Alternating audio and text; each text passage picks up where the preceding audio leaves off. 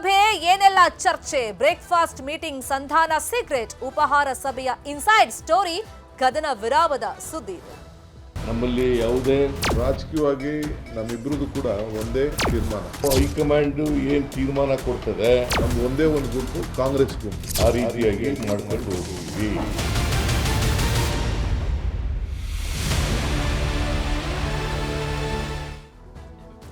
ಕಾಂಗ್ರೆಸ್ ಅಲ್ಲಿ ಕಳೆದ ಕೆಲವು ದಿನಗಳಿಂದ ನಡೀತಾ ಇದ್ದ ನವೆಂಬರ್ ಕ್ರಾಂತಿಯ ಕದನಕ್ಕೆ ತೆರೆ ಬಿತ್ತ.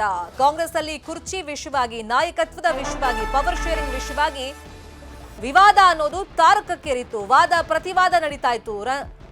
ರಣತಂತ್ರವನ್ನ ನಾಯಕರು ರೂಪಿಸ್ತಾ ಇದ್ರು. ಆ ಎಲ್ಲ ಗೊಂದಲಕ್ಕೂ ಕದನಕ್ಕೂ ಈಗ ತೆರೆ ಬಿತ್ತ. ಹಾಗಾದ್ರೆ ಸಿದ್ದರಾಮಯ್ಯ ಮುಂದೆ ಡಿಕೆ ಶಿವಕುಮಾರ್ ಸೈಲೆಂಟ್ ಆದ್ರ? ಹೈಕಮಾಂಡ್ ಸೂಚನೆಯಂತೆ ಡಿಕೆ ಶಿವಕುಮಾರ್ ಸೈಲೆಂಟ್ ಆದ್ರ ಅನ್ನೋ ಚರ್ಚೆ ರಾಜಕೀಯ ವಲಯದಲ್ಲಿ ನಡೀತಾ ಇದೆ. ಹಾಗಾದ್ರೆ ಪವರ್ ಶೇರಿಂಗ್ ಇದೆಯಾ ಇಲ್ವಾ? ಸದ್ಯಕ್ಕೆ ಸಿಎಂ ಆಗಿ ಸಿದ್ದರಾಮಯ್ಯ ಅವರು ಮುಂದುವರಿಕೆ ಆಗ್ತಾರೆ ಅನ್ನೋ ಮಾಹಿತಿ ನ್ಯೂಸ್ 18ಗೆ ಲಭ್ಯವಾಗಿದೆ. ಸಿದ್ದರಾಮಯ್ಯ ಅವರಿಗೆ ಡಿಕೆ ಶಿವಕುಮಾರ್ ಸಂಪೂರ್ಣವಾಗಿ ಬೆಂಬಲವನ್ನ ನೀಡಲೇಬೇಕಾದಂತ ಪರಿಸ್ಥಿತಿಲಿ ಇದ್ದಾರೆ. ಕುರ್ಚಿ ಕಿತ್ತಾಟದಲ್ಲಿ ಹಾಗಾದ್ರೆ ಸಿದ್ದರಾಮಯ್ಯ ಗೆದ್ರ? ಕುರ್ಚಿ ಕದನದಲ್ಲಿ ಸಿದ್ದು ಅಂಡ್ ಟೀಮ್ಗೆ ಮೇಲುಗೈ ಸಿಕ್ತಾ? ಸುಮಾರು 1 ತಿಂಗಳ ಹೈ ಡ್ರಾಮಾಗೆ ಬ್ರೇಕ್ಫಾಸ್ಟ್ ಮೀಟಿಂಗ್ ನೆಪದಲ್ಲಿ ಬ್ರೇಕ್ ಅನ್ನ ಹಾಕಲಾಯ್ತಾ? ಹೈಕಮಾಂಡ್ ಸೂಚನೆಯಂತೆ ಇಬ್ರು ನಾಯಕರು ಇವತ್ತು ನಡ್ಕೊಂಡ್ರ? ಹಾಗಾದ್ರೆ ಈ ಪವರ್ ಶೇರಿಂಗ್ ವಿಷಯವಾಗಿ, ನಾಯಕತ್ವ ಬದಲಾವಣೆ ವಿಷಯವಾಗಿ ಬಹಿರಂಗ ಹೇಳಿಕೆಗಳು, ಬಣ ರಾಜಕೀಯ, ದೆಹಲಿ ಮಟ್ಟದಲ್ಲಿ ಹೋಗಿ ಲಾಭಿ ಮಾಡೋದು, ಸೋಷಿಯಲ್ ಮೀಡಿಯಾದಲ್ಲೂ ಕೂಡ ಒಂದಿಷ್ಟು ಪೋಸ್ಟ್ಗಳನ್ನ ಹಾಕಿ ತಮ್ಮಲ್ಲೇ ಒಂದಿಷ್ಟು ಗೊಂದಲ ಇದೆ ಅಂತ ತೋರ್ಪಡಿಕೆ ಮಾಡಿಕೊಂಡಿದ್ದು, ಇದೆಲ್ಲದಕ್ಕೂ ಹೈಕಮಾಂಡ್ ಫೈನಲಿ ಉತ್ತರವನ್ನ ಇವರಿಬ್ಬರ ಮುಖೇನನೇ ಕೊಡಿಸಿದೆ. ನಾವು ಇವತ್ತು ಭೇಟಿ ಮಾಡಿದ ಉದ್ದೇಶ ಅನಗತ್ಯವಾಗಿ ಸಪರೇಟ್ ಚರ್ಚೆ ಮಾಡಿದ್ವಿ. ಕೆಲವು ಗೊಂದಲಗಳು ನಿರ್ಮಾಣ ಆಗಿದ್ದಾವೆ. ಇತ್ತೀಚಿನ ದಿನಗಳಲ್ಲಿ ಸುಮಾರು 1 ತಿಂಗಳಿಂದ ಗೊಂದಲಗಳು ನಿರ್ಮಾಣ ಆಗಿದ್ದಾವೆ. ನಾವು ಇಬ್ಬರೇ ಕೂತ್ಕೊಂಡು ಮಾತಾಡೋದು. ನಮ್ಮ ಉದ್ದೇಶ 28ರ ಚುನಾವಣೆ ಬಹಳ ಮುಖ್ಯ. ಲೋಕಲ್ ಬಾಡೀಸ್ ಚುನಾವಣೆ ಬಹಳ ಮುಖ್ಯ. ಕಾರ್ಪೊರೇಷನ್ ಚುನಾವಣೆ ಮತ್ತು ತಾಲೂಕು ಪಂಚಾಯತಿ, ಜಿಲ್ಲಾ ಪಂಚಾಯತಿ ಚುನಾವಣೆ, ಗ್ರಾಮ ಪಂಚಾಯತ್ ಚುನಾವಣೆ ಇವು ಬಹಳ ಮುಖ್ಯ. ಅದ್ರ ಬಗ್ಗೆನೂ ಕೂಡ ಚರ್ಚೆ ಮಾಡಿದೆವು. 28ರ ಚುನಾವಣೆಯಲ್ಲೂ ಕೂಡ ಕಾಂಗ್ರೆಸ್ಸನ್ನು ಅಧಿಕಾರಕ್ಕೆ ತರಬೇಕು ಅಂತಕ್ಕಂಥದ್ದು ಚರ್ಚೆ ಮಾಡಿದ್ದೇವೆ. ನಾವಿಬ್ಬರು, ಡಿ ಕೆ ಶಿವಕುಮಾರ್ ಅವರು, ನಾನು, ಹೇಗೆ ಅಸೆಂಬ್ಲಿ ಚುನಾವಣೆಯಲ್ಲಿ 2023 ಅಸೆಂಬ್ಲಿ ಚುನಾವಣೆಯಲ್ಲಿ ಕೆಲಸ ಮಾಡೋದು ಒಟ್ಟಿಗೆ, ಅದೇ ರೀತಿಯಲ್ಲಿ ಮುಂದೆನೂ ಕೂಡ ಒಟ್ಟಿಗೆ ಹೋಗ್ತಕ್ಕಂಥದ್ದನ್ನು ತೀರ್ಮಾನ ಮಾಡಿದ್ದೀವಿ. ನಮ್ಮಲ್ಲಿ ಯಾವುದೇ ಡಿಫರೆನ್ಸಸ್ ಇಲ್ಲ. ನನಗೆ, ಡಿ ಕೆ ಶಿವಕುಮಾರ್ಗೆ ಯಾವುದೇ ಡಿಫರೆನ್ಸಸ್ ಇಲ್ಲ. ಇವತ್ತಿನವರೆಗೂ ಡಿಫರೆನ್ಸಸ್ ಇಲ್ಲ, ಮುಂದೇನೂ ಡಿಫರೆನ್ಸಸ್ ಇರಲ್ಲ. ಒಟ್ಟಿಗೆ ಹೋಗ್ತೀವಿ. ಆಮೇಲೆ ಬಹಳ ಮುಖ್ಯವಾಗಿ ತೀರ್ಮಾನ ಮಾಡಿರ್ತಕ್ಕಂಥದ್ದು, ನಾವಿಬ್ಬರೂ ಹೈಕಮಾಂಡ್ನವರು ಏನು ಹೇಳ್ತಾರೆ ಹಾಗೆ ಕೇಳೋದು. ಹೈಕಮಾಂಡ್ನವರು ಬಹುಶಃ ಈಗ ಅಸೆಂಬ್ಲಿ ಇರೋದ್ರಿಂದ ನಮಗೆ ಇಬ್ಬರಿಗೂ ಕೂಡ ಈ ಗೊಂದಲಗಳೇನಿದ್ದಾವೆ ಇದನ್ನು ತಿಳಿ ಮಾಡ್ತಕ್ಕಂಥ ಕೆಲಸವನ್ನು ಮಾಡಿ ಅಂತ ಹೇಳಿದ್ದಾರೆ. ನಾಳೆಯಿಂದ ಯಾವುದೇ ಗೊಂದಲ ಇರಲ್ಲ. ರಾಜಕೀಯವಾಗಿ ನಮ್ಮಿಬ್ಬರದು ಕೂಡ ಒಂದೇ ತೀರ್ಮಾನ. ಪಕ್ಷದ ವರಿಷ್ಠರು, ನಮ್ಮ ಹೈಕಮಾಂಡ್ ಏನು ಹೇಳ್ತದೆ ಆ ರೀತಿ ಹಿಂದೆನೂ ಕೆಲಸ ಮಾಡ್ಕೊಂಡು ಹೋಗಿದ್ದೀವಿ, ಮುಂದಕ್ಕೂ ಕೆಲಸ ಮಾಡ್ಕೊಂಡು ಹೋಗಬೇಕು ಅನ್ನೋದು ನಾವು ತೀರ್ಮಾನ. ನಮ್ಮದು ಅಚಲ. ಯಾರು ಮಧ್ಯದಲ್ಲಿ ತಾವೇ ಆಗಲಿ, ತಮಗೆ ಗುಂಪು, ನಮ್ಮದು ಯಾವ ಗುಂಪು ಇಲ್ಲ. ನಾನು ಯಾವ ಗುಂಪಿಗೆ ಕೃಷ್ಣ ಅವ್ರ ಕಾಲದಲ್ಲೂ ಅವಕಾಶ ಕೊಡಲಿಲ್ಲ, ಇವತ್ತು ಅವಕಾಶ ಕೊಡೋದಿಲ್ಲ. ನನಗೆ ಅವಶ್ಯಕತೆಯೂ ಇಲ್ಲ. ನಮ್ಮದು ಒಂದೇ ಒಂದು ಗುಂಪು, ಕಾಂಗ್ರೆಸ್ ಗುಂಪು. ಚೀಫ್ ಮಿನಿಸ್ಟ್ರು ನಾನು ಅವತ್ತು ಕಾಲದಲ್ಲಿ ಸಿದ್ದರಾಮಯ್ಯನವರು 3 ತಿಂಗಳು, ನನ್ನ 4 ತಿಂಗಳು ಹೈಕಮಾಂಡ್ ಆದೇಶದ ಮೇರೆಗೆ ಸ್ವಲ್ಪ ದಿನ ವೆಯ್ಟ್ ಮಾಡಿ ಡಿ ಕೆ ಅಂತ ಹೇಳಿದಾಗ ಕೂಡ ಒಂದು ಶಬ್ದ ಆವತ್ತು ಕೂಡ ನಾನು ಮಾತಾಡಿಲ್ಲ. ಇವತ್ತು ಕೂಡ ಅಷ್ಟೇ, I am very firm. So ಒಟ್ಟಿಗೆ ಸೇರಿ ನಾವು ಕೆಲಸ ಮಾಡ್ಕೊಂಡು ನಾವು ಹೋಗ್ತೀವಿ. ಪಕ್ಷದ ವರಿಷ್ಠರು ಹೈಕಮಾಂಡ್ ಏನು ಹೇಳ್ತದೆ ಆ ರೀತಿ ನಾವಿಬ್ಬರೂ ಸೇರಿ ಕೆಲಸ ಮಾಡ್ಕೊಂಡು ಹೋಗ್ತೀವಿ. ನಮಗೆಲ್ಲರನ್ನೂ ಒಟ್ಟಿಗೆ ತೆಗೆದುಕೊಂಡು ಹೋಗುವಂಥ ಕರ್ತವ್ಯ, ಪ್ರತಿಯೊಬ್ಬ ಶಾಸಕನ್ನ ಎಷ್ಟು ಶಕ್ತಿಶಾಲಿಯಾಗಿ ಬೆಳೆಸಬೇಕೋ, ಪಕ್ಷನ ಯಾವ ರೀತಿ ಶಕ್ತಿಶಾಲಿಯಾಗಿ ಬೆಳೆಸಬೇಕೋ ಅದು ನಮ್ಮಿಬ್ಬರ ಕರ್ತವ್ಯ. ಆ ದಿಟ್ಟಿನಲ್ಲಿ ನಾವು ಮುಂದಕ್ಕೆ ಸರ್ಕಾರನ 28ಕ್ಕೆ ನಾವೇ ತರಲಿಕ್ಕೆ ಅನೇಕ ಕಾರ್ಯರೂಪವನ್ನು ನಾವು ರೂಪಿಸಿದ್ದೇವೆ. ಆ ದಿಟ್ಟಿನಲ್ಲಿ ನಾವು ಕೆಲಸವನ್ನು ನಾವು ಮಾಡ್ಕೊಂಡು ಹೋಗ್ತೇವೆ. ಏನು ಮುಖ್ಯಮಂತ್ರಿಗಳು ಈಗಾಗಲೇ ತಮಗೆ ಸಂದೇಶವನ್ನು ಕೊಟ್ಟಿದ್ದಾರೆ, ಆ ಸಂದೇಶಕ್ಕೆ, ಆ ಮಾತಿಗೆ ನಾನು ಕೂಡ ಸಹಮತವನ್ನು ವ್ಯಕ್ತಪಡಿಸ್ತಾ ಇದ್ದೀನಿ. ಇದೇ ವಿಷಯವಾಗಿ ಇನ್ನಷ್ಟು ಡೀಟೇಲ್ ಆಗಿ ಇನ್ಫಾರ್ಮೇಶನ್ ಕೊಡ್ತಾ ಹೋಗೋದಕ್ಕೆ ನೇರ ಸಂಪರ್ಕದಲ್ಲಿ ಕನೆಕ್ಟ್ ಆಗಿದ್ದಾರೆ ನಮ್ಮ political bureau head Chidanand Patel. ಸ್ಥಳೀಯ ಮಟ್ಟದಲ್ಲೇ ಸಮಸ್ಯೆ ಬಗೆಹರಿಸಿಕೊಳ್ಳಿ ಅಂತ ಹೈಕಮಾಂಡ್ ಕೊಟ್ಟ ಸೂಚನೆಯಂತೆ ಇಬ್ರು ನಾಯಕರು ಬ್ರೇಕ್ಫಾಸ್ಟ್ ಮೀಟಿಂಗ್ ನೆಪದಲ್ಲಿ ಒಂದು ಪರಿಹಾರವನ್ನ ಕಂಡುಕೊಂಡು ಒಂದು ಡ್ಯಾಮೇಜ್ ಏನಾಗಿತ್ತು ಪಕ್ಷಕ್ಕೆ ಅದನ್ನ ಕಂಟ್ರೋಲ್ ಮಾಡುವಂತ ಪ್ರಯತ್ನವನ್ನ ಈ ಸುದ್ದಿಗೋಷ್ಠಿ ಮುಖೇನ ಮಾಡಿದ್ರು ಕೂಡ ಡಿಕೆ ಶಿವಕುಮಾರ್ ಇಲ್ಲೂ ಪಕ್ಷ ನಿಷ್ಠೆ ವಿಷಯವಾಗಿ ತಮ್ಮ ತ್ಯಾಗದ ವಿಷಯವಾಗಿ ಪ್ರಸ್ತಾಪ ಮಾಡಿದ್ದಾರೆ. ಇದಿಲ್ಲಿಗೆ ತೆರೆ ಬಿತ್ತ ಅಥವಾ ಟು ಬಿ ಕಂಟಿನ್ಯೂಡ್ ತರ ಮುಂದುವರಿಯುತ್ತಾ ಹೆಂಗೆ?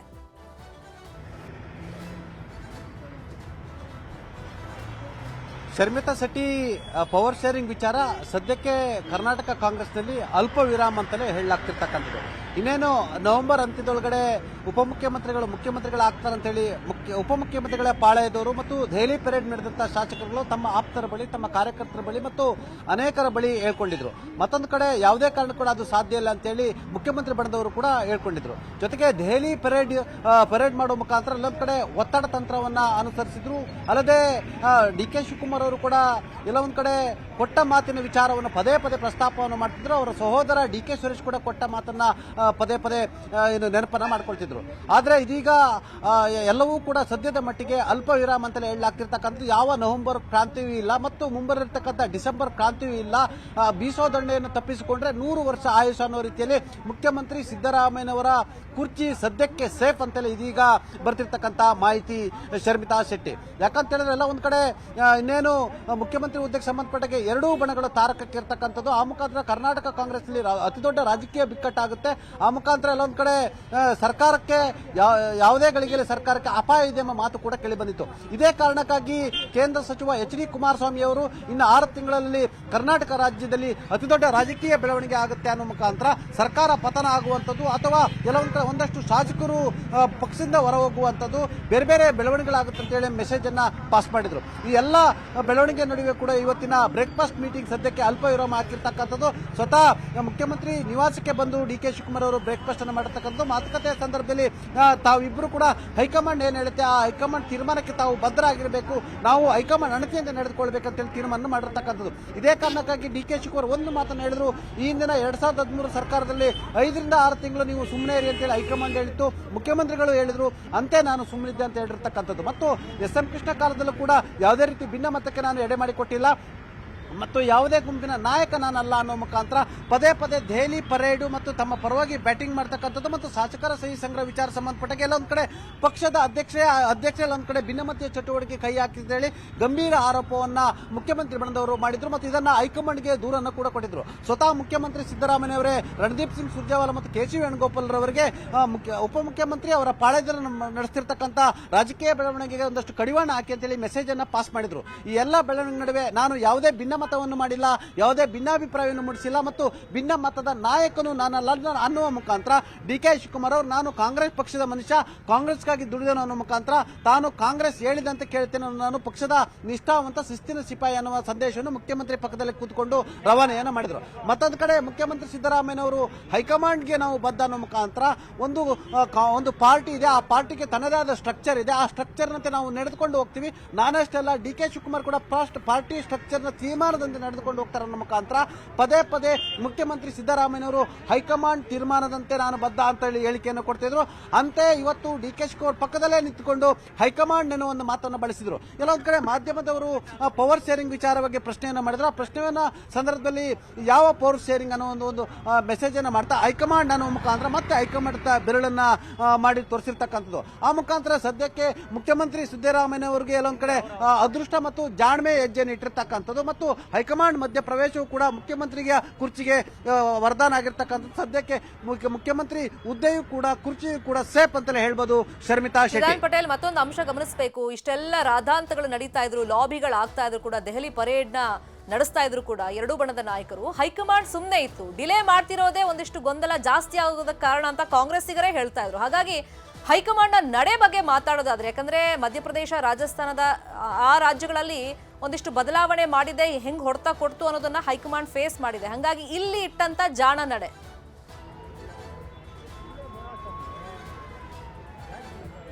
ನಿಮಗೆ ರಾಜಸ್ಥಾನ ಸಂದರ್ಭದಲ್ಲೂ ಕೂಡ ಇಂಥದೇ ಪರಿಸ್ಥಿತಿ ಎದುರಾಗಿತ್ತು. ರಾಜಸ್ಥಾನದಲ್ಲಿ ಅಶೋಕ್ ಗೆಹ್ಲೋಟ್ ಅವರನ್ನು ಬದಲಾವಣೆ ಮಾಡಬೇಕು ಮತ್ತು ನನಗೂ ಕೂಡ ಒಂದು ಅರ್ಧ ಅವಧಿಯ ಅಧಿಕಾರವನ್ನು ಕೊಡಬೇಕಂತೇಳಿ ಸಚಿನ್ ಪೈಲಟ್ ಅವರು ಹೋರಾಟವನ್ನು ಆರಂಭಿಸಿದರು. ಅವರ ಬಳಿ ಆರಂಭದಲ್ಲಿ 10 ಶಾಸಕರಿಂದ ಕೊನೆಯವರೆಗೆ 40 ಶಾಸಕರಿದ್ರು. ಆ 40 ಶಾಸಕರ ಪರೇಡ್ ಅನ್ನು ಮಾಡಿದ್ರು. ಒಂದು ಹಂತದಲ್ಲಿ ಸಚಿನ್ ಪೈಲಟ್ ಅವರು ಬಿಜೆಪಿಯ ಕದವನ್ನು ಕೂಡ ತಟ್ಟಿದ್ರು. ಅವತ್ತಿನ ದಿನದಲ್ಲಿ ಎಲ್ಲೊಂದ್ ಕಡೆ ಇನ್ನೇನು ರಾಜಸ್ಥಾನದ ಸರ್ಕಾರ ಬಿದ್ದೋಗುತ್ತೆ, ಅಲ್ಲಿ ಬಿಜೆಪಿ ಎಂಟ್ರಿ ಆಗುತ್ತೆ. ಬಿಜೆಪಿ ಮತ್ತು ಸಚಿನ್ ಪೈಲಟ್ ನ ಬಣದವರು ಸೇರಿಕೊಂಡು ಅಲ್ಲಿ ಸರ್ಕಾರವನ್ನು ರಚನೆ ಮಾಡ್ತಾರೆ ಎಂಬ ಸುದ್ದಿ ಕೂಡ ಹರಿದಾಡಿತು. ಅಂತೆಯೇ ಸಚಿನ್ ಪೈಲಟ್ ಕೂಡ ಬಿಜೆಪಿ ಅನೇಕ ನಾಯಕರುಗಳನ್ನು ಕೂಡ ಸಂಪರ್ಕವನ್ನು ಮಾಡಿದ್ರು. ಆದ್ರೆ ಅಂತಿಮವಾಗಿ ಅಲ್ಲಿರ್ತಕ್ಕಂಥ ಒಬಿಸಿ ಸಮುದಾಯದ ಪ್ರಮುಖ ನಾಯಕರಾದಂತವರು ಅಶೋಕ್ ಗೆಹ್ಲೋಟ್, ಇದು ಎಲ್ಲೊಂದ್ ಕಡೆ ಮುಂಬರಲಿರ್ತಕ್ಕಂಥ ಲೋಕಸಭೆ ಚುನಾವಣೆಗೆ ಹೊಡೆತ ಬೀಳಬಹುದು ಮತ್ತು ಆ ಮುಖಾಂತರ ಅಶೋಕ್ ಗೆಹ್ಲೋಟ್ ಅವರನ್ನ ಎಸಿಸಿ ಅಧ್ಯಕ್ಷ ಮಾಡಲಿಕ್ಕೆ ಶತಾಯಗತೆಯ ಪ್ರಯತ್ನವನ್ನು ಕೂಡ ಮಾಡಿದ್ರು. ಆದ್ರೆ ಅಶೋಕ್ ಗೆಹ್ಲೋಟ್ ಅವರು ಮುಖ್ಯಮಂತ್ರಿ ಹುದ್ದೆಯನ್ನು ಬಿಟ್ಟುಕೊಡ್ಲಿಕ್ಕೆ ನಿರಾಕರಿಸಿದ್ರು. ಆ ಮುಖಾಂತರ ಎಸಿಸಿ ಹುದ್ದೆ ಮಲ್ಲಿಕಾರ್ಜುನ್ ಖರ್ಗೆ ಅವರಿಗೆ ಒಲಿತು. ಇದು ಒಂದು ಭಾಗ. ಅವತ್ತು ಕೂಡ ಬಹುಶಃ ಸಚಿನ್ ಪೈಲಟ್ ಅವರಿಗೆ ಇನ್ನೇನು ಮುಖ್ಯಮಂತ್ರಿ ಮಾಡ್ತಾರಂತ ಹೇಳ್ತಾರೆ. ಆದ್ರೆ ಕೊನೆ ಗಳಿಗೆಯಲ್ಲಿ ರಾಹುಲ್ ಗಾಂಧಿ ಅವರಿಗೆ ಸಚಿನ್ ಪೈಲಟ್ ಅತ್ಯಾಪ್ರ ಆದ್ರೂ ಕೂಡ ಕೊನೆಗೆ ಅಶೋಕ್ ಗೆಹ್ಲೋಟ್ ಅವರಿಗೆ ಅವರ ಆ ಕಮಿಟ್ಮೆಂಟ್ಗೆ ಬದ್ಧರಾದ್ರು. ಆ ಮುಖಾಂತರ ಅಲ್ಲಿ ಅಶೋಕ್ ಗೆಹ್ಲೋಟ್ರೆ ಮುಂದುವರೆದ್ರು. ಅದು ಬೇರೆ ವಿಚಾರ. ಆದ್ರೆ ಕರ್ನಾಟಕದಲ್ಲಿ ಎಲ್ಲ ಒಂದ್ ಕಡೆ ಶ್ರಮಕ್ಕೆ ತಕ್ಕ ಪ್ರತಿಫಲ ನಮಗೂ ಸಿಗ್ಬೇಕನ್ನೋದು ಅನೇಕರ ಅಭಿಪ್ರಾಯ ಮತ್ತು ಡಿ ಕೆ ಶಿವಕುಮಾರ್ ಅವರ ಅಭಿಪ್ರಾಯ ಕೂಡ ಆಗಿತ್ತು. ಹಾಗಾಗಿ ಎಲ್ಲ ಒಂದ್ ಕಡೆ ಕರ್ನಾಟಕ ರಾಜಕಾರಣ ಕಾಂಗ್ರೆಸ್ ಹೈಕಮಾಂಡ್ ಹೈರಾಣ ಆಗಿತ್ತು. ಯಾಕಂತ ಹೇಳಿದ್ರೆ ಕಾಂಗ್ರೆಸ್ ಹೈಕಮಾಂಡ್ ಇದೀಗ ಅತ್ಯಂತ ವೀಕೆಸ್ಟ್ ಹೈಕಮಾಂಡ್ ಆಗಿರ್ತಕ್ಕಂಥದ್ದು. ಯಾಕಂತ ಹೇಳಿದ್ರೆ ಒಂದು ಕಾಲದಲ್ಲಿ ಕಾಂಗ್ರೆಸ್ ಆಡಳಿತ ರಾಜ್ಯಗಳನ್ನು ಹೈಕಮಾಂಡ್ ನೋಡುತ್ತಿದ್ದ ದೃಷ್ಟಿಯೇ ಬೇರೆ ಆಗಿರ್ತಕ್ಕಂಥದ್ದು. ಎಲ್ಲ ಒಂದ್ ಕಡೆ ಅದು ಮುನ್ಸಿಪಾಲಿಟಿ ಆಡಳಿತ ರೀತಿ ನೋಡ್ತಾ ಇತ್ತು ಕಾಂಗ್ರೆಸ್ ಹೈಕಮಾಂಡ್. ಯಾವುದೋ ಒಬ್ಬ ಮುನ್ಸಿಪಾಲಿಟಿ ಅಧ್ಯಕ್ಷರನ್ನ ತೆಗೆದುಹಾಕಿದ ರೀತಿಯಲ್ಲಿ ಮಾಡ್ತಿತ್ತು. ನಮ್ಮ ಕಣ್ಣು ಮುಂದೆಯೇ ವೀರೇಂದ್ರ ಪಾಟೀಲ್ ಬದಲಾವಣೆ ಮಾಡಿರ್ತಕ್ಕಂಥದ್ದು ಮತ್ತು ಪ್ರಮುಖವಾಗಿ ನಿಮಗೆ ಗೊತ್ತಿರಬಹುದು, ಅದು ಎಸ್ ಬಂಗಾರಪ್ಪ ಇರ್ಬೋದು, ವೀರಪ್ಪ ಮೇಲ್ ಇರ್ಬೋದು, ಗುಂಡೂರಾವ್ ಇರುವಂತದ್ದು ಅನೇಕರನ್ನ ಅವರು ಎಲ್ಲ ಒಂದ್ ಕಡೆ ಬಟ್ಟೆಯನ್ನು ಬದಲಾಯಿಸಿದಂತೆ ಮುಖ್ಯಮಂತ್ರಿಗಳನ್ನು ಕೂಡ ಬದಲಾಯಿಸಿದ್ರು. ಆದ್ರೆ ಕಾಂಗ್ರೆಸ್ ಹೈಕಮಾಂಡ್ ನ ಪರಿಸ್ಥಿತಿ ಬದಲಾಗಿರ್ತಕ್ಕಂಥದ್ದು, ಕಾಂಗ್ರೆಸ್ ಹೈಕಮಾಂಡ್ ವೀಕ್ ಆಗಿರ್ತಕ್ಕಂಥದ್ದು. ಬಿಹಾರ ಚುನಾವಣೆ ಕೂಡ ಕಾಂಗ್ರೆಸ್ಗೆ ದೊಡ್ಡ ಮರ್ಮಾಘಾತ ಆಗಿರ್ತಕ್ಕಂಥದ್ದು. ಎಲ್ಲ ಒಂದ್ ಕಡೆ SIR ಮುಖಾಂತರ ಎಲ್ಲೊಂದ್ ಕಡೆ ಬಿಹಾರದಲ್ಲಿ ಕಾಂಗ್ರೆಸ್ ಮತ್ತು ಎಲ್ಲೊಂದ್ ಕಡೆ RJD ಮೋಡಿ ಮಾಡುತ್ತೆ, ಇಂಡಿ ಕೂಟ ಮೋಡಿ ಮಾಡುತ್ತೆ ಎಂಬ ಲೆಕ್ಕಾಚಾರದಂತ ರಾಹುಲ್ ಗಾಂಧಿಗೆ ಅದು ಅತಿ ದೊಡ್ಡ ನಿರಾಸೆ ಆಗಿರ್ತಕ್ಕಂಥದ್ದು. ಹಾಗಾಗಿಯೇ ಎಲ್ಲೊಂದ್ ಕಡೆ ವೋಟ್ ವಿಚಾರವನ್ನು ಪಟೇಲ್ ಹಾಗೆ ಸಂಪರ್ಕದಲ್ಲಿರಿ. ಸಂಧಾನ ಹೆಂಗಾಯ್ತು, ಬಿಕ್ಕಟ್ಟು ತಣ್ಣಗಾಗಿದ್ ಹೆಂಗೆ ಅಂತ ನಿಮ್ಮಿಂದ ಮಾಹಿತಿ ಪಡ್ಕೊಳ್ತೀನಿ. ಕಾಂಗ್ರೆಸ್ ಬಿಕ್ಕಟ್ಟು ತಣ್ಣಗಾಗಿದ್ ಹೆಂಗೆ? ದೆಹಲಿಗೆ ಹೋಗ್ತಾರೆ ಉಭಯ ನಾಯಕರು, ಅಲ್ಲಿ ವರಿಷ್ಠರ ಮುಂದೆ ಸೋನಿಯಾ ಗಾಂಧಿ ಮುಂದೆ ಚರ್ಚೆ ಮಾಡ್ತಾರೆ. ಸಂಧಾನ ಸೂತ್ರ ರೆಡಿ ಆಗಿದೆ ಅಂತೆಲ್ಲ ನಿನ್ನೆ ಸಂಜೆ ತನಕನೂ ಚರ್ಚೆಗಳಾಗ್ತಾ ಇತ್ತು. ಆದ್ರೆ ಇವತ್ತು ಸಿದ್ದರಾಮಯ್ಯ ಮತ್ತೆ D K Shivakumar breakfast meeting ಅನ್ನ ಮಾಡಿದ್ರು. ಎಲ್ಲ ಗೊಂದಲಕ್ಕೂ ಒಂದು ಹಂತದಲ್ಲಿ ತೆರೆಯನ್ನ ಎಳೆದಿದ್ದಾರೆ. ಸಿಎಂ ಡಿಸಿಎಂ ಒಗ್ಗಟ್ಟಿಗೆ ಕಾರಣ ಏನ್ ಹಂಗಾದ್ರೆ? ಈ ಬಗ್ಗೆ ನ್ಯೂಸ್ 18 ನಲ್ಲಿ ಪಿನ್ ಟು ಪಿನ್ ಮಾಹಿತಿಯನ್ನ ನಾವು ಕೊಡ್ತಾ ಹೋಗ್ತೀವಿ. ನಿನ್ನೆ ಸಿಎಂ ಮತ್ತೆ ಡಿಸಿಎಂಗೆ ಹೈಕಮಾಂಡ್ ನಿಂದ ಕರೆ ಬಂದಿದೆ. ಖರ್ಗೆ, ರಾಹುಲ್, KC ವೇಣುಗೋಪಾಲ್ರಿಂದ ಫೋನ್ ಬಂದಿದೆ. ಅದೇನ್ ಬಿಕ್ಕಟ್ಟಿದೆ ಅದನ್ನ ಕೂತು ಮಾತಾಡಿಕೊಂಡು ಬಗೆಹರಿಸಿಕೊಳ್ಳಿ ಅಂತ ಹೇಳಿ ತಾಕೀತನ್ನ ಮಾಡಿದ್ದಾರೆ. ಬಿಕ್ಕಟ್ಟಿನಿಂದ ಬೇರೆಯದ್ದೇ ಸಂದೇಶ ಹೋಗ್ತಾ ಇದೆ, ಪಕ್ಷಕ್ಕೂ ಡ್ಯಾಮೇಜ್ ಆಗ್ತಾ ಇದೆ. ಇಬ್ಬರ ಶ್ರಮವೂ ಪಕ್ಷದ ಬೆಳವಣಿಗೆಗಿದೆ. ಮುಂದೆ ಶ್ರಮಕ್ಕೆ ತಕ್ಕ ಪ್ರತಿಫಲ ಪಕ್ಷನೇ ಕೊಡುತ್ತೆ. ಸಿಎಂ ಮತ್ತು ಡಿಸಿಎಂ ಇಬ್ಬರಿಗೂ ಫೋನ್ನಲ್ಲಿ ಈ ಮೆಸೇಜ್ ಅನ್ನ ನೀಡಲಾಗಿದೆ, ಸೂಚನೆಯನ್ನ ಕೊಟ್ಟಿದ್ದಾರೆ. ಹೈಕಮಾಂಡ್ ಸೂಚನೆಯಂತೆ ತುರ್ತಾಗಿ ಬ್ರೇಕ್ಫಾಸ್ಟ್ ಸಭೆಯನ್ನ ನಿಗದಿ ಮಾಡಿಕೊಂಡಿದ್ದಾರೆ. ಬ್ರೇಕ್ಫಾಸ್ಟ್ ಸಭೆಗೆ ಡಿ ಕೆ ಶಿವಕುಮಾರ್ ಅವರನ್ನ ಸಿದ್ದರಾಮಯ್ಯ ಅವರು ಆಹ್ವಾನಿಸಿದ್ರು. ವರಿಷ್ಠರು ಫೋನ್ ಮಾಡ್ತಾ ಇದ್ದಂಗೆ ಡಿ ಕೆ ಶಿವನು ಕೂಡ ಸೈಲೆಂಟ್ ಆಗ್ಬಿಟ್ರು. ಅವ್ರ ಪ್ಲಾನ್ ಪ್ರಕಾರ ನಿನ್ನೆ 7:45ಗೆ ಅವರು ದೆಹಲಿ ಫ್ಲೈಟ್ ಅನ್ನ ಹತ್ತಬೇಕಾಗಿತ್ತು. ಟಿಕೆಟ್ ಕೂಡ ಬುಕ್ ಮಾಡ್ಕೊಂಡಿದ್ರು. ಆದ್ರೆ ವರಿಷ್ಠರಿಂದ ಫೋನ್ ಬರ್ತಾ ಇದ್ದಂಗೆ ಡಿ ಕೆ ಶಿವಕುಮಾರ್ ಸೈಲೆಂಟ್ ಆಗಿ ತಮ್ಮ ಫ್ಲೈಟ್ ಟಿಕೆಟ್ ಕ್ಯಾನ್ಸಲ್ ಮಾಡಿಕೊಂಡು ಬೆಂಗಳೂರಲ್ಲೇ ಉಳ್ಕೊಂಡ್ರು. ಬ್ರೇಕ್ಫಾಸ್ಟ್ ಸಭೆ ಮಾಡಿ ಎಲ್ಲದಕ್ಕೂ ಉಭಯ ನಾಯಕರು ಇತಿಶ್ರೀಯನ್ನ ಹಾಡಿದ್ದಾರೆ. ಇದೇ ವಿಷಯವಾಗಿ ಇನ್ನಷ್ಟು ಡೀಟೇಲ್ ಆಗಿ ಇನ್ಫಾರ್ಮೇಶನ್ ಕೊಡೋದಕ್ಕೆ ಲೈವ್ ನಲ್ಲಿ ಕನೆಕ್ಟ್ ಆಗಿದ್ರು ನಮ್ಮ political bureau head Chidanand Patel. Chidanand Patel, ಇಲ್ಲಿ ಹೈಕಮಾಂಡ್ ಬಗ್ಗೆನೇ ನೀವು ಹೇಳ್ತಾ ಇದ್ರಿ, ಅಂದ್ರೆ ಮುಂಚೆ ಇದ್ದಂತ ಒಂದು ಸ್ಟ್ರಾಂಗ್ನೆಸ್ ಈಗ ಕಾಂಗ್ರೆಸ್ ಹೈಕಮಾಂಡ್ ನಲ್ಲಿ ಇಲ್ಲ ಅಂತ. ಬಟ್ ಈ ಗೊಂದಲಗಳ ಆದಾಗ ಯಾವ ತರ ಒಂದು ಸೂತ್ರವನ್ನ ಹೈಕಮಾಂಡ್ ನಾಯಕರು ರೆಡಿ ಮಾಡಿ ಇವರಿಬ್ಬರಿಗೊಂದು ಸೂಚನೆಯನ್ನ ರವಾನೆ ಮಾಡಿದ್ರು ಹಂಗಾದ್ರೆ?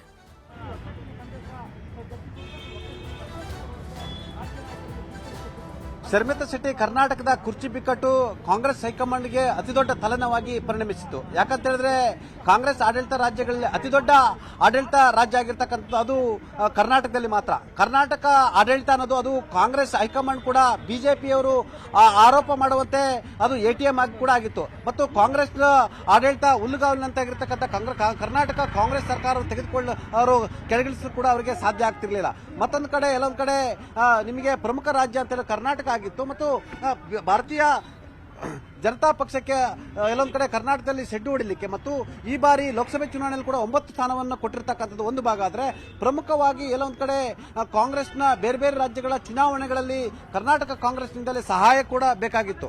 ಮತ್ತು ಸದ್ಯ ಅತಿದೊಡ್ಡ ಆಡಳಿತ ರಾಜ್ಯ ಆಗಿರ್ತಕ್ಕಂಥದ್ದು ಮತ್ತು ಹೈಕಮಾಂಡ್ ಕೂಡ ಎಲ್ಲೊಂದು ಕಡೆ ಪರೋಕ್ಷವಾಗಿ ಕರ್ನಾಟಕ ಕಾಂಗ್ರೆಸ್ನ ಋಣದಲ್ಲೇ ಇರತಕ್ಕಂಥದ್ದು ಕೂಡ ಇರುವಂಥದ್ದು. ಸದ್ಯ ನಾಯಕತ್ವ ಬಿಕ್ಕಟ್ಟಲ್ಲಿ ಕೂಡಲೇ ಎಲ್ಲೊಂದು ಕಡೆ ಇತ್ಯರ್ಥ ಮಾಡಲಿಕ್ಕೆ ಅದು ಸಾಧ್ಯ ಕೂಡ ಆಗ್ತಿರ್ಲಿಲ್ಲ. ಯಾಕಂತ ಹೇಳಿದ್ರೆ ಇಬ್ಬರು ನಾಯಕರು ಕೂಡ ಪ್ರಬಲ ನಾಯಕರಾಗಿರ್ತಕ್ಕಂಥದ್ದು. ಒಂದ್ ಕಡೆ ಮುಖ್ಯಮಂತ್ರಿ ಸಿದ್ದರಾಮಯ್ಯ ಅವರು ಅತಿದೊಡ್ಡ ಅಹಿಂದ ನಾಯಕರಾಗಿರ್ತಕ್ಕಂಥ ಮಾಸ್ ಲೀಡರ್ ಕೂಡ ಆಗಿರ್ತಕ್ಕಂಥದ್ದು. ಅದೇ ರೀತಿ ಡಿ.ಕೆ. ಶಿವಕುಮಾರ್ ಕೂಡ ಪಕ್ಷದಲ್ಲಿ ತನ್ನದೇ ಆದ ಬದ್ಧತೆ ಮತ್ತು ಸಿದ್ಧಾಂತವನ್ನು ಇಟ್ಕೊಂಡಿರ್ತಕ್ಕಂಥವ್ರು ಮತ್ತು ತನ್ನದೇ ಆದ ಯುವ ಪಡೆಯನ್ನು ಕೂಡ ಹೊಂದಿರತಕ್ಕಂಥದ್ದು. ಇಬ್ಬರು ಕೂಡ ಸಮಾನವಾಗಿ ಸ್ಟ್ರಾಂಗ್ ಲೀಡರ್ ಕೂಡ ಆಗಿರ್ತಕ್ಕಂಥ. ಹಾಗಾಗಿ ಕೂಡಲೇ ಸಿದ್ದರಾಮಯ್ಯ ನಿಲ್ಲಿಸುವಂಥದ್ದು ಮತ್ತು ಡಿ.ಕೆ. ಶಿವಕುಮಾರ್ನ ಮುಖ್ಯಮಂತ್ರಿ ಮಾಡುವಂಥದ್ದು ಅಷ್ಟು ಸುಲಭದ ಮಾತಲ್ಲ. ಯಾಕಂತ ಹೇಳಿದ್ರೆ ಎಲ್ಲೊಂದ್ ಕಡೆ ಇಡೀ ಅಹಿಂದ ಸಮುದಾಯ ಕಳೆದ ಚುನಾವಣೆಯಲ್ಲಿ ಮತ್ತು ಕಾಂಗ್ರೆಸ್ನ ಸಾಂಪ್ರದಾಯಿಕ ಮತದಾರರು ಕೂಡ ಆಗಿರ್ತಕ್ಕಂಥದ್ದು. ಹಾಗಾಗಿ ಅಹಿಂದ ಮತದಾರರ ಕೆಂಗಣ್ಣಿಗೆ ಕೂಡ ಗುರಿಯಾಗುವಂತಿಲ್ಲ. ಯಾಕಂತ ಹೇಳಿದ್ರೆ ಇತ್ತೀಚಿನ ರಾಹುಲ್ ಗಾಂಧಿ ಅವರ ಅಷ್ಟೂ ನಿರ್ಧಾರಗಳು ಕೂಡ ಎಲ್ಲೊಂದ್ ಕಡೆ ಫೇಲ್ ಆಗ್ತಿರ್ತಕ್ಕಂಥದ್ದು. ಅದು ನಮ್ಮ ಕಣ್ಮುಂದೆ ಬಿಹಾರ ಚುನಾವಣೆ ಕೂಡ ಇರ್ತಕ್ಕಂಥದ್ದು.